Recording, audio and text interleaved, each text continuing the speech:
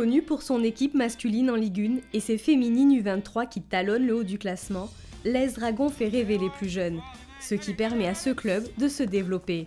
Découvrons-le ensemble.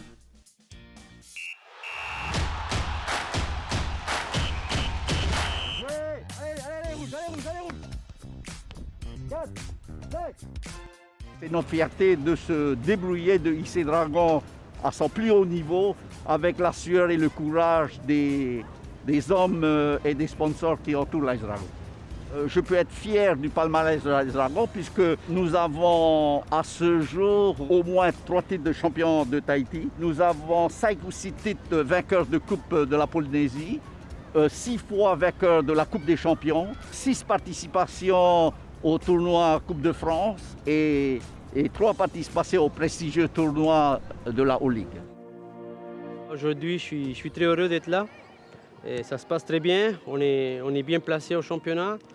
On a envie de faire quelque chose avec ces groupes, avec cette famille. On essaye de prendre du plaisir, mais en même temps être aussi exigeant par rapport aux objectifs du club, parce que le club il nous met tous les moyens à disposition. Donc derrière ça, nous, on essaye d'être sérieux, de travailler. Ce club brille avec son équipe en Ligue 1 et son palmarès impressionnant. Mais c'est aussi avec ses U23 féminines que l'AS Dragon se démarque. Je vois que en fait, les filles évoluent bien, dans le bon sens, et on se rapproche de plus en plus en fait, du haut du classement. Donc on a fini 2e à chaque fois, et cette année on espère en fait remporter le championnat. Ça fait 3 ans maintenant qu'on est dans le championnat U23 et on a toujours été on va dire dans le top 3, jamais en première position. Et là cette année, on est en première position et c'est un plaisir. Cette année, mon objectif c'est d'être la meilleure buteuse et puis peut-être plus tard aller en France après mon bac.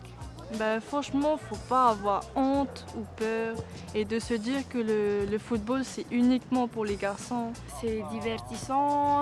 Après l'école, une longue journée d'école, ça fait quand même du bien de se relâcher sur le terrain, quoi. Fort de sa réputation depuis des années, le club en plein développement ne cache pas son ambition pour son école de foot qui regroupe aujourd'hui une centaine d'enfants. L'AS Dragon est un club qui est reconnu pour son équipe senior au départ. A eu pas mal de résultats en équipe senior. Et nous, on fait en sorte, à l'aide de mon président de section, Robert Tanceau, de donner tous les moyens pour avoir la même structure au niveau des jeunes. Ils sont accueillis à partir des U7, garçons comme filles, dans un cadre familial structuré par une équipe encadrante soudée avec un objectif principal: attirer au maximum les enfants de Titioro au sein de l'AS Dragon. On fait beaucoup de choses en dehors, en dehors du football. On fait la galette des rois, on fait le Noël, on fait Halloween. Voilà, c'est des petites choses comme ça, mais qui permettent d'avoir une solidarité au sein d'un groupe. Ce qui me plaît dans ce club, c'est qu'il y a une ambiance très familiale avec les dirigeants, les supporters. Notre fierté, c'est surtout de donner du temps de jeu, d'avoir tous ces jeunes de ces quartiers. C'est très important parce qu'on arrive à les encadrer sur un terrain de sport au lieu de voir ces jeunes-là de ces quartiers s'éparpiller un peu partout. Moi, je leur propose de venir essayer, c'est-à-dire on leur propose de venir une semaine. Ils font 2 entraînements, ils regardent comment ça se passe, est-ce qu'ils ont des copains, est-ce que l'ambiance est agréable. Et après, on discutera de prolonger le séjour ou pas. Le football reste quand même, comme beaucoup de jeunes, le rêve des grands footballeurs. Et donc le message, c'est qu'au lieu de ne pas savoir choisir un sport, venez sur le terrain.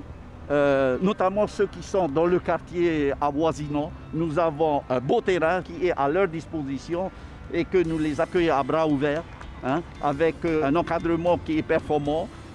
Nous avons tout ce qu'il faut